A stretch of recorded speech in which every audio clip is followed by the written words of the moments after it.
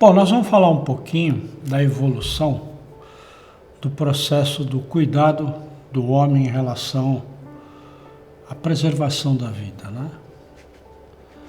Quando nós iniciamos, lá longe, né? Quem eram as pessoas que se interessavam em cuidar das outras pessoas quando não estavam bem? Então eram os curandeiros, eram os pajés das tribos indígenas, né?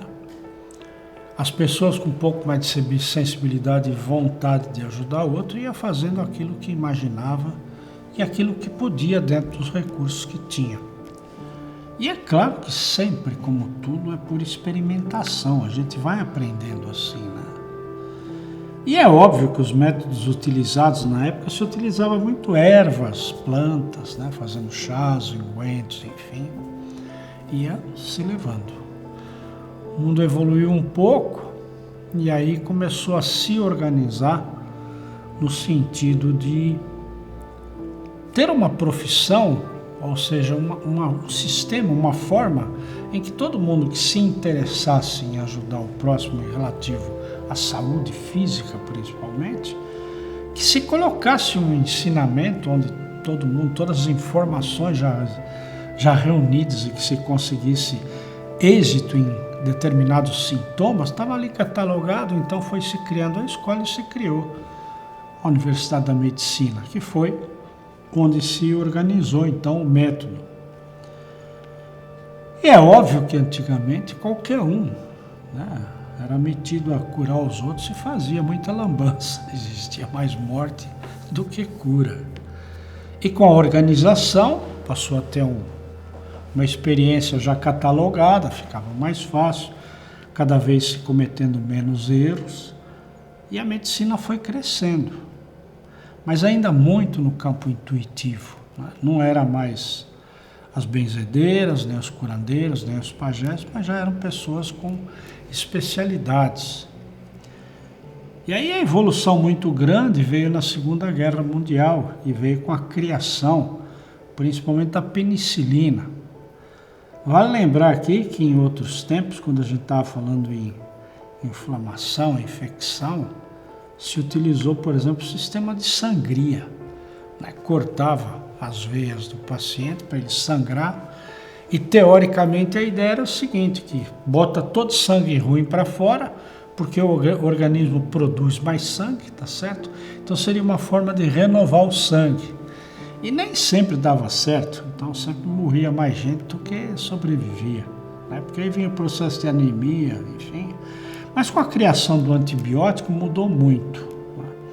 E mudou de tal ponto que a sangria já não existia mais, terminaram muitas proezas médico-científicas e a coisa passou a ter uma realidade maior, em especial a partir da Segunda Guerra Mundial.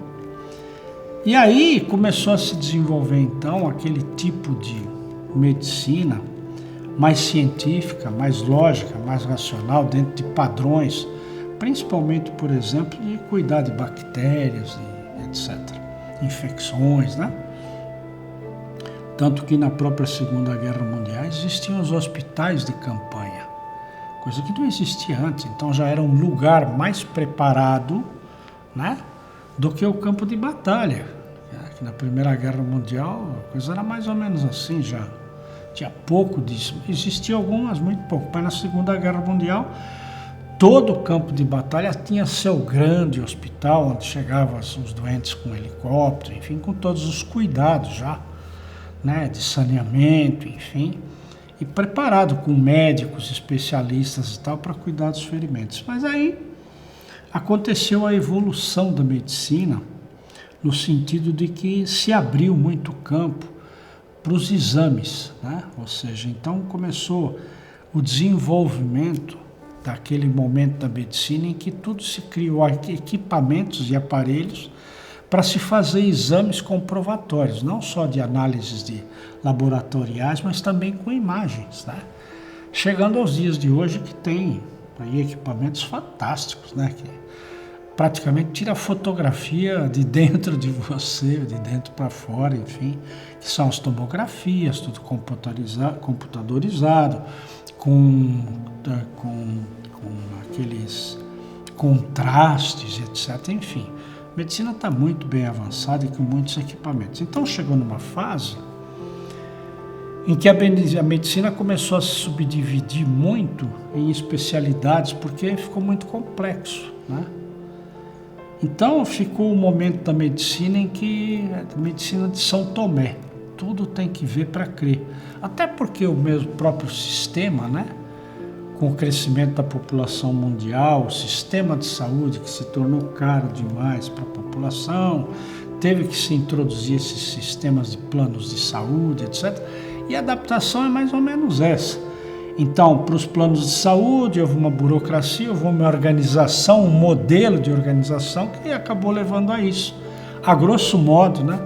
E deixo claro aqui que aqui não vai nenhuma crítica a isso, muito pelo contrário, porque eu valorizo muito os médicos e o pessoal que trabalha na área da saúde, porque são pessoas abnegadas, que tem muita vontade de ajudar todo mundo e salvar vidas. Ninguém vai para uma área de saúde para ganhar dinheiro. Raríssimos são os casos, as pessoas vão pelo propósito de vida, né? Então, mas a vida foi conduzindo dessa forma.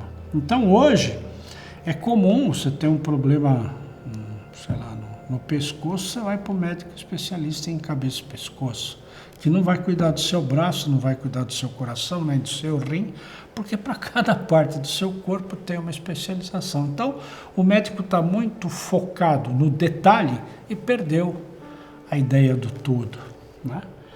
E da forma que vem vindo, a medicina cada vez mais atuando nos sintomas e preocupada em evoluir, ao mesmo tempo também entrou a era da farmaco, né? Que acaba tendo medicação para tudo. E se observa que cada vez tem mais medicação. E a gente observa também que, apesar de todas as especialidades, toda a evolução, cada vez mais aparecem doenças novas. Por quê? Porque está se pesquisando, está se observando um detalhe, e como o sistema está no detalhe, vai detalhando, criando novas doenças, novos CIDs, novas formas de se operar, né? E assim se procede. No entanto, né, a vida, o universo, está nos levando para um novo caminho. Porque os curandeiros não deixaram de existir, né? Os curandeiros só foram colocados de lado, porque quando você tem um problema de saúde, você procura um médico, um hospital, enfim, toda a organização, né? Mas existem problemas que a medicina não consegue solucionar, ainda não consegue. Mas estão pesquisando, etc., mas ainda não consegue. E aquele paciente que está, entre aspas, né, condenado à morte, porque nenhum médico, nenhum especialista consegue encontrar um diagnóstico, não consegue encontrar um medicamento ou um método para livrá-lo do problema, livrar ele daquele problema que é a espada sobre sua cabeça, as pessoas acabam indo buscar tudo que é possível. E aí começam a utilizar, então, os curandeiros, né? E os antigos curandeiros, né, que também foram se modernizando, passaram a ter menos misticismo em cima daquilo que se propõe a fazer, né? E começou a se estudar também muito a área holística. Hoje existem cursos holísticos de várias formas, inclusive o nosso, que é o curso de terapeuta quantiônico, né? Então, hoje já existem muitos métodos holísticos que, trabalhando junto com a medicina, se obtém sucessos em muitas causas, muitas dificuldades de pacientes que até então era impossível, né? E acaba se pensando, porque até pouco tempo atrás, um caso de medicina que não tinha como fazer e de repente a pessoa se curava, era um milagre atribuído a Deus. E o sistema holístico, que traz a espiritualidade exatamente tirando esse ranço religioso, esse ranço de dogmas, de preconceitos, de misticismo, né, em relação aos trabalhos da espiritualidade, vem também se aprimorando e vem se profissionalizando também. Tanto que hoje existe já no Brasil a Associação Brasileira de Terapeutas Holísticos.